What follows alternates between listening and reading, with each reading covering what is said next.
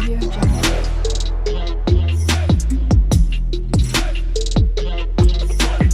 Audio Jungle.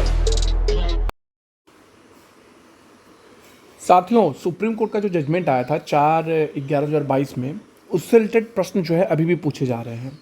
उससे related प्रश्न का यानी सही जवाब जो है, सही विश्लेषण अभी तक आप लोगों को नहीं मिल पाया है। कई लोगों को अभी भी डाउट है क्या जजमेंट रहा है और किस प्रकार से यह डायरेक्टली उनको बेनिफिट करने वाला है, यानी जो पेंशनर्स हैं किस प्रकार से वो उस सुविधा का लाभ ले सकते हैं सुप्रीम कोर्ट के जजमेंट के बाद, और सुप्रीम कोर्ट के जजमेंट का क्या मूल रहा है वह आज के इस वीडियो में आप को देखने को मिलने वाला है। क्योंकि यह जो है, जो फ्रिक्वेंटली आस्क्ड क्वेश्चन होते हैं, जो ईपीएफ के यानी सुप्रीम कोर्ट के जजमेंट के बाद जो जनरली पूछे जाते हैं क्वेश्चंस, जो लोगों के मन में डाउट्स हैं, जो लोगों का प्रश्न रहा है कमेंट सेक्शन में भी, उससे रिलेटेड आपका पूरा क्लेरिफिकेशन होने वाला है। आप इसको अच्छे से समझने वाले हैं इस वीडियो के माध्यम से, और इस वीडियो में आप लोग उसको पूरा क्लेरिफाई समझ जाएंगे कि क्या असल में जजमेंट है और किस हिसाब से आपका बेनिफिट होने वाला है, या किस हिसाब से आपसे वो रिलेटेड है। जो भी पेंशन है, जो भी ईपीएफओ जुड़े हुए हैं, हर एक लोगों के लिए इंपॉर्टेंट है, सिर्फ पेंशनर्स के लिए नहीं। मैं कहूँगा ये जो भी मतलब जो अभी काम कर रहे हैं, जो वर्किंग है, करोड़ों लोग जो काम कर रहे हैं उनके लिए भी ये बेनिफिट है, जो लोग रिटायर हो चुके हैं उनके लिए भी बेनिफिट है। तो ये सभी के लिए जजमेंट समझना काफ़ी महत्वपूर्ण है।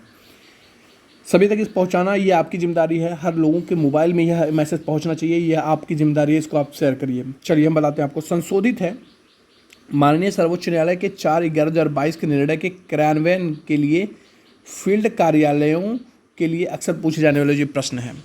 आपको बता दें कि ईपीएस 1992 के पारा 26(6) के अंतर्गत संयुक्त विकल्प का प्रमाण यहाँ पर है। प्रश्न पूछा जाता है कि परिपत्र संख्या पेंशन 2022 54,877 15/149 दिनांक 29/12/2022 के परिपत्र संख्या 22, यानी परिपत्र संख्या इतनी की बात कही गई है, दिनांक 20/2/2023 के ईपीएस योजना 1992 के पैरा 26(6) के अंतर्गत नियोक्ता द्वारा विधिवत सत्यापित संयुक्त विकल्प के प्रमाण की आवश्यकता निर्दिष्ट करता है। यानी पारा 26(6) के अंतर्गत संयुक्त विकल्प के प्रमाण के रूप में कौन से दस्तावेज के लिए साक्ष्य माने जाएंगे। जो भी अगर आपको संयुक्त विकल्प का दस्तावेज चाहिए होगा तो नियोक्ता के लिए कौन कौन से आपको डॉक्यूमेंट लेके जाने रहेंगे, कौन कौन से डॉक्यूमेंट्स की आवश्यकता होती है जहां से आपको संयुक्त विकल्प का प्रमाण पत्र मिल सके। उत्तर उसका दिया गया है, उत्तर नंबर 1 है। पहला कहा गया है कि विकल्प संयुक्त विकल्प के सत्यापन के लिए आवेदन जमा करते समय आवेदक द्वारा पैरा 26(6) के अंतर्गत अपलोड की गई अथवा कार्यालय में उपलब्ध अनुमति। 2 है, यदि पैरा 26(6) के अंतर्गत अनुमति आसानी से उपलब्ध नहीं है तो क्षेत्रीय कार्यालय को सत्यापित करना चाहिए कि क्या सत्यापित करना चाहिए। पहला, यानी भविष्य निधि के नियोक्ता के हिस्से के अंशदान का भुगतान कर्मचारी के उस समय की वैधानिक सीमा 5,000, 6,500, 15,000 रुपये के प्रतिमाह के ऊपर वेतन पर जिस दिन से वेतन सीमा से अधिक हो गया था अथवा 16/11/1995 से जो भी बाद में हो आज की तारीख तक सेवानिवृत्त या सेवानिवृत्त की तारीख किया गया था, जैसा भी मामला हो। और ख, नियोक्ता द्वारा देय प्रशासनिक शुल्क का भुगतान कर दिया गया है। ग, प्राप्त अंशदान के आधार पर ईपीएस 1992 के पारा 60 के अनुसार कर्मचारी के भविष्य निधि खाते में ब्याज को आधारित किया गया है, यानी उस पर चढ़ाया गया है। घ, यहाँ पर कहा गया है जो अगला है कि पारा 26(6) के अंतर्गत संयुक्त विकल्प और अनुमति के प्रमाण के रूप में विकल्प संयुक्त विकल्प के सत्यापन के आवेदन के साथ निम्नलिखित में से कोई भी दस्तावेज प्रस्तुत किया गया है। विकल्प संयुक्त विकल्पों के सत्यापन के लिए आवेदन के साथ नियोक्ता द्वारा प्रस्तुत वेतन का विवरण जो है वहाँ पर दे सकते हैं। नियोक्ता द्वारा प्रमाणित नियोक्ता से प्राप्त कोई भी वेतन पर्ची या पत्र, जो भी वेतन बिल होता है जिसको बोलते हैं। नियोक्ता से संयुक्त अनुरोध और वचन पत्र की प्रति, उसका 4/11/2022 से पहले भविष्य निधि कार्यालय से ऐसा पत्र जो उच्च वेतन पर भविष्य निधि अंशदान को दर्शाता है। वे आवेदक जो संयुक्त दो क और से घ में अर्हता प्राप्त करते हैं और वास्तविक उच्च वेतन पर पहले से ही अंशदान कर रहे हैं, सेवानिवृत्त अधिवर्षिता तक अंशदान कर चुके हैं, यदि उन्हें अपने संयुक्त अनुरोध और नियोक्ता के वचन पत्र को प्रस्तुत नहीं किया तो वे इसे नियोक्ता के माध्यम से अंतिम दावा निपटान के समय जमा कर सकते हैं। माननीय सर्वोच्च न्यायालय के दिनांक 4/11/2022 के निर्णय के अनुसार उच्च वेतन पर पेंशन प्रदान करने से पहले किसी भी समय पेंशन भोक्ताओं सदस्यों द्वारा पारा 26(6) के अंतर्गत अनुमति के संयुक्त अनुरोध को नियोक्ता का वचन पत्र प्रस्तुत किया जा सकता है। अब आता है प्रश्न संख्या 2। विकल्प या संयुक्त विकल्प के सत्यापन के लिए ऑनलाइन आवेदन दाखिल करते समय ईपीएफ योजना 1992 के पारा 26(6) के अंतर्गत संयुक्त विकल्प के प्रमाण के रूप में कोई दस्तावेजी साक्ष्य प्रस्तुत नहीं किया गया है। क्या इस आधार पर इस आवेदन संयुक्त विकल्प को अस्वीकार किया जा सकता है? तो उत्तर आता है जी नहीं, उसको अस्वीकार नहीं किया जा सकता है। क्षेत्रीय भविष्य निधि उत्तर 1 में उल्लिखित किसी दस्तावेज को नियोक्ता से प्राप्त करेगा और विकल्प संयुक्त विकल्प के सत्यापन के लिए कोई भी आवेदन केवल इस आधार पर अस्वीकार नहीं कर सकता है यदि अन्यथा पात्र हो।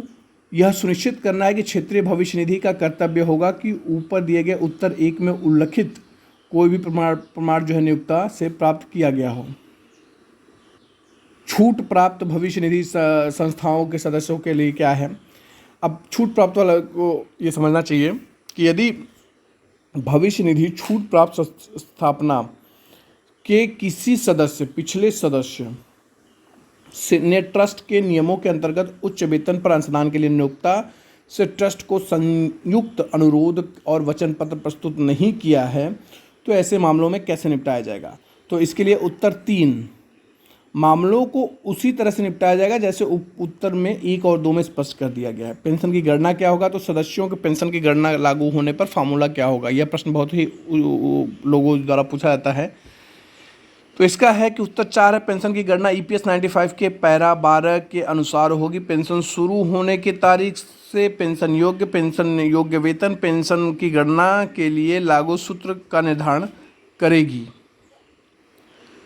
उच्च वेतन पर पेंशन के लिए पात्र ईपीएस 95 के सदस्य जो 1/9/2014 से पहले सेवानिवृत्त हुए हैं लेकिन जहां पेंशन आरंभ होने की तारीख 1/9/2014 से पहले है, उनके लिए सदस्य पेंशन योग्य की गणना कैसे की जाएगी? तो उत्तर इसका है 5 संख्या। उसमें कहा गया चूँकि पेंशन की प्रारंभ होने की तारीख जो है तिथि जो है 1/9/2014 से पहले है और पेंशन योग्य वेतन की गणना पेंशन निधि की सदस्यता से बाहर निकलने की तारीख से पूर्व 12 महीने की अवधि में सेवा की अंशदायी अवधि के दौरान प्राप्त औसत मासिक वेतन पर आधार की जाएगी। अब यहाँ पर 6वां प्रश्न है कि उच्च वेतन पर पेंशन के लिए पात्र ईपीएस 95 के सदस्य 1/9/2014 से पहले सेवानिवृत्त हुए हैं लेकिन पेंशन प्रारंभ होने की तारीख 1/9/2014 को या उसके बाद है, उसके लिए सदस्य पेंशन योग्य की गणना कैसे की जाएगी? यह बहुत लोगों का ये कमेंट आता है, बहुत लोगों का मैसेज आता है। मैं समझता हूँ कि इसमें जो प्रश्न के उत्तर दिए जा रहे हैं वो बहुत ही इम्पोर्टेंट हैं और इससे काफ़ी लोगों का जो है शंका वो समाधान हो जा रहा होगा। अब चूंकि देखिए पेंशन के प्रारंभ होने की तिथि जो है 1/9/2014 को या उसके बाद है, सदस्य के पेंशन योग्य वेतन की गणना सदस्यता से बाहर निकलने की तारीख से 60 महीने की अवधि में सेवा की अंशदायी अवधि के दौरान औसत मासिक वेतन के आधार पर की जाएगी। अब आता है प्रश्न संख्या 7। इसमें पूछा गया कि ईपीएस 1995 के सदस्य जो 1/9/2014 के बाद सेवानिवृत्त हुए हैं कि सदस्य पेंशन योग्य वेतन की गणना। आपके जो प्रश्न हैं वह कई सारे हैं। आपको बता दें कि प्रश्न संख्या 6 पे यहाँ पर मैंने आपको उत्तर बताया है जिसमें कि आपके जो प्रश्न था उसका उत्तर मिल गया है। अब 7वां से लेके करीब प्रश्नों की जो पूरी लड़ी है वो मैं बता दूं आपको। यहाँ पर आप देख सकते हैं कि 7 से लेके 8 और ये कुछ जो है परफॉर्मा है जो कि मैंने आपको बताया था। तो यह जो है टोटल प्रश्न है। 7वां और 8वां मैं प्रश्न का आपको उत्तर दूंगा। यहाँ पर जो 7 नंबर प्रश्न है उसमें पूछा जाता है कि EPS 95 के सदस्य जो 1/9/2014 के बाद सेवानिवृत्त हुए हैं के सदस्य पेंशन योग्य वेतन की गणना कैसे की जाएगी। अब यहाँ पर एक बात समझने की बात है कि सदस्य के पेंशन योग्य वेतन की गणना पेंशन प्रारंभ होने की तिथि पर निर्भर करेगी। उदाहरण के लिए कोई एक व्यक्ति है, मान लेते हैं ए है, 1/1/2015 को 60 वर्ष की आयु की स्थापना X से सेवानिवृत्त हुआ, भले ही उसकी सेवानिवृत्ति की तिथि 1/1/2015 है। EPS 95 1995 हेतु इन्हें 58 वर्ष की आयु में यानी 1/9/2014 से पहले सेवानिवृत्त माना जाएगा। तदनुसार उनके पेंशन योग्य वेतन की गणना पेंशन निधि की सदस्यता से बाहर निकलने की तारीख से पूर्व 12 महीने की अवधि में सेवा के अंशदायी अवधि के दौरान प्राप्त औसत वेतन के आधार पर की जाएगी। और बी जो प्रश्न है, बी व्यक्ति है, मान लीजिए कि वह 1/1/2012 को 50 वर्ष की आयु की स्थापना पे X कोई कंपनी है उससे सेवानिवृत्त हुआ है, भले वह 2012 में सेवानिवृत्त हुए हों, लेकिन वे 58 वर्ष की आयु में यानी 1/9/2014 के बाद पेंशन लेने का विकल्प चुन सकते हैं। तदनुसार उनके पेंशन योग्य वेतन की गणना पेंशन निधि की सदस्यता से बाहर निकलने की तारीख से पूर्व 60 महीने की अवधि में सेवा के अंशदायी अवधि के दौरान प्राप्त औसत मासिक वेतन के आधार पर की जाएगी। समझ गए आप। अब यहाँ पर प्रश्न संख्या 8 होते हैं कि क्या एक सदस्य भविष्य निधि में सेवानिवृत्त होगा, उदाहरण के तौर पर 2030 में, तो उसकी पेंशन की गणना कैसे की जाएगी। यह बहुत ही कॉमन प्रश्न है। अब वो कोई भी प्रश्न पूछता है कि अगर वो 2030 में हम रिटायर हो रहे हैं या फिर 2029 में रिटायर हो रहे हैं या फिर 2032 में रिटायर हो रहे हैं तो हमारा पेंशन कैसे करना होगा।